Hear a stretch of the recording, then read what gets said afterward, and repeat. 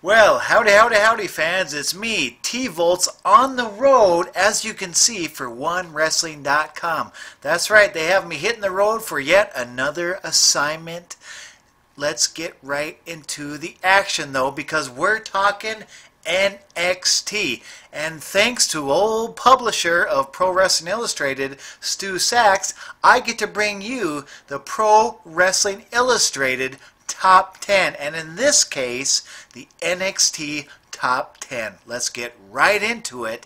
Now, keep in mind, this Top 10 was compiled prior to tonight, October 11th, NXT episode. So, things will certainly change coming out of this episode of NXT, but here's the top 10 leading into tonight's NXT as all the competitors are jockeying for positions.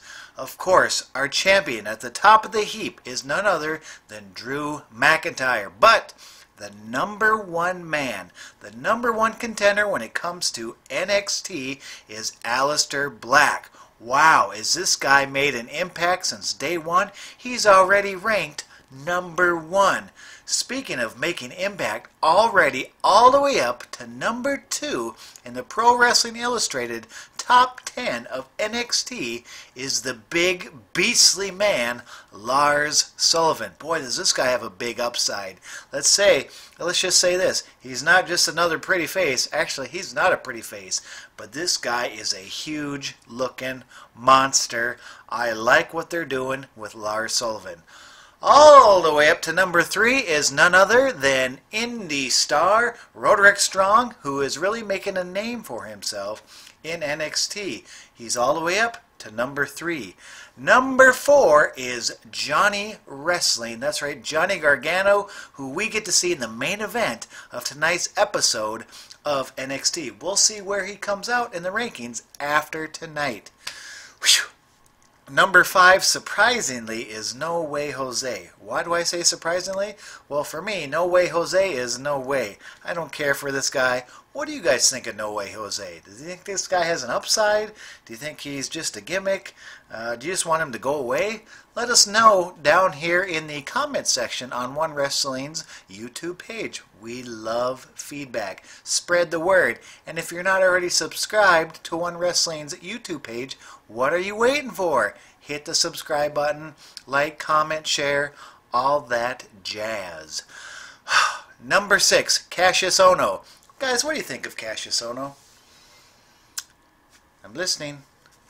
I think we expected bigger things for this guy. At least for me, the bloom is off the rose here. And I say that because this guy has all the talent in the world, but there's something missing.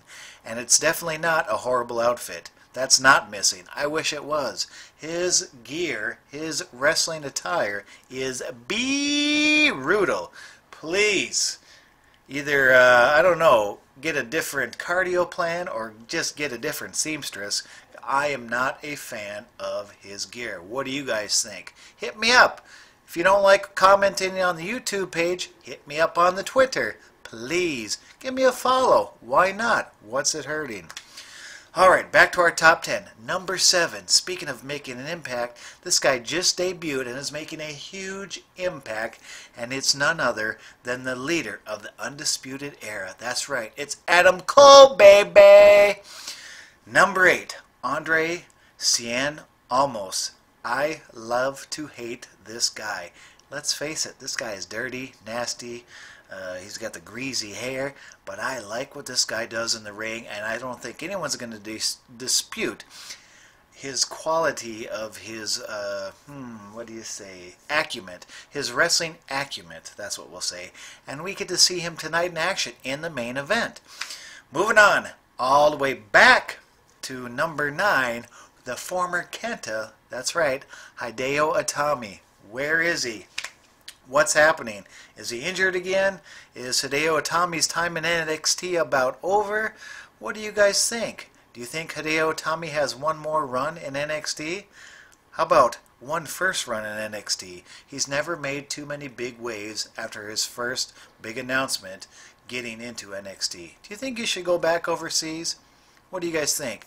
You think he's past his prime? Or do you think it's just a case of someone not fitting in the world of the WWE, and in this case NXT? Let me know.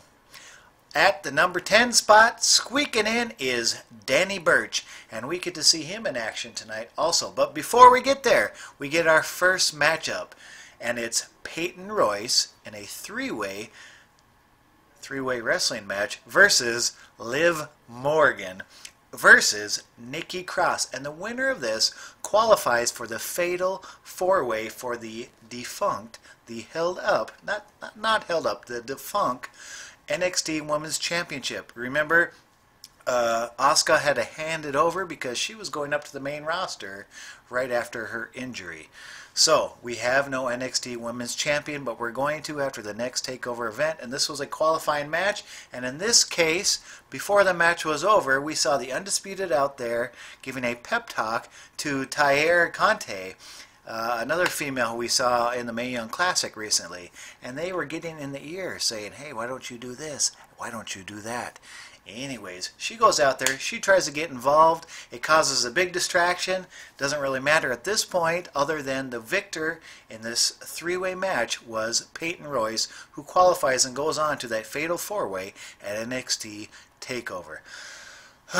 Our next match was the smaller Lio Rush versus the strange Velveteen Dream.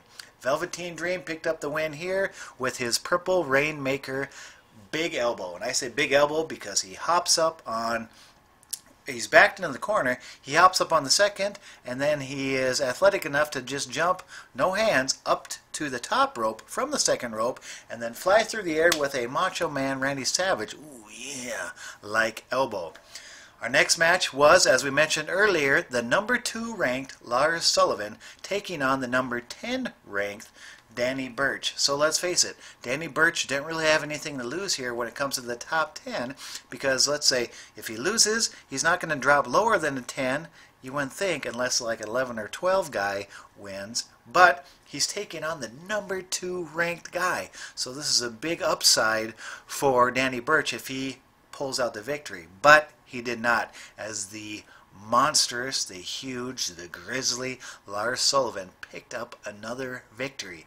Remember, he went into this ranked number 2, and now he picked up another victory. Whew. Moving on to our fourth match. Guys, NXT is under an hour, and we're already on our fourth match in the show as the tag team, the phenomenal tag team of the Street Profits, made up of Montez Ford and Angelo Dawkins. I love this tag team. What do you guys think of the Street Profits? Do you think they have a future as a tag team? Or do you think they are better as single stars? For my money, Montez Ford is the star of this team. Now, I'm not counting out Angelo Dawkins yet. I don't think we've seen him at his best yet. But Montez Ford is ready. This guy has charisma. This guy has moves. He is athletic. He has a look about him. There's a big upside for Montez Ford. Watch for big things in his career should he stay healthy. But for now, we get the tag team of the Street Profits, and these guys are money. And they're taking on the team of Damian Smith and Marcus Esparza. Sorry, don't know you as of this night. And I don't know that we're going to see a future tag team between Damian Smith and Marcus Esparza, whatever it was, because they did not have much offense. Let's just say they had 0 offense, and the Street Profits got a very decisive and quick victory, but Montez Ford was on fire. Was the pre-workout kicking in this guy? Does he have a little Randy Savage in him? Who knows, but this guy was charismatic. I loved it. Whew. Guys, we're to our main event, and that means we got 5 matches. Guys, no dissing Monday Night Raw, because you know I love talking the nuts and bolts of Monday Night Raw, but Raw is 3+ hours, and on average we see 6 matches. NXT, and in this case, this episode, the October 11th edition of NXT, just under an hour, 5 matches. Raw, what's the deal? 3+ hours, you only get 6 matches? NXT's under an hour, we get 5 matches. I love NXT. It's gritty, it's straightforward, there's not a whole lot of extra hoopla. It's just wrestling action. I love it. They kind of remind me of the old NWA. Because I say old, because the NWA, as you may have been watching on social media, is making strides to reinvent their brand. I'm excited about the new NWA, but we're talking NXT right now. And Johnny Wrestling, the number 4 ranked, according to Pro Wrestling Illustrated, Johnny Gargano is taking on the number 8 ranked Andrade Cien Almas in the main event of the evening. Guys, this was a tremendous match, just like the other matches we've seen between these two. Going into this, Almas was 1-0 versus Johnny Gargano. Johnny Gargano's been a little bit messed up in the head ever since his falling out with his former partner from his DIY tag team.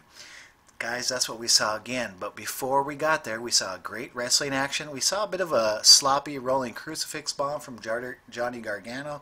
Still hurt, but it was a little bit sloppy. And then Almas's manager, Vega, gets up. She's wearing the DIY shirt. Momentarily distracts Johnny Gargano. But it was enough to lead to a hammerlock DDT from Andrade Cien Almas as he picks up yet another victory for Johnny Gargano. So you had the number 8 ranked, according to PWI, beating the number 4 ranked Johnny Gargano. And now Almas is 2-0 versus Johnny Gargano. 2-0 versus the number 4 ranked, according to PWI, Johnny Gargano. So it's interesting to see what happens next week. There was not a big presence by the Undisputed Era, you know. Adam Cole, baby, Bobby Fish, that whole group, those trio, not a big presence other than talking into that female competitor to get involved in the female 3-way match. I think we'll see them again next week, but who we are going to see next week is the NXT champion, Drew McIntyre, who has some things to say, and you better believe it's going to be about that group, the Undisputed Era. Guys, have you heard? Something big is coming to NXT TakeOver. War Games. You heard me right. War Games is coming back, and this time in the WWE and under the NXT umbrella. And I'm hearing it might be teams of 3. It might be 3 teams of 3. I can think of one team of 3 right off the bat that I would love to see in the new War Games, and that's the Undisputed Era, led by none other than Adam Cole, baby. What do you guys think? What do you think of the Undisputed Era possibly being involved in a War Games? But more importantly, what do you guys think about the return of War Games, only under the WWE umbrella? Interesting. I'll tell you what, you give me your thoughts either on the Twitter or in the YouTube page comments here, and I will tell you my thoughts on the return of NXT under the WWE, and in this case, the NXT umbrella. Hey guys, that's it for me. I got to get back and get some sleep because I'm up early. As I said, I'm on the road. You can see the hotel room here for OneWrestling.com. Lots of excitement, lots of assignments, big things coming. Thanks for joining me, and we'll see you next time on the Nuts and Bolts of NXT, baby.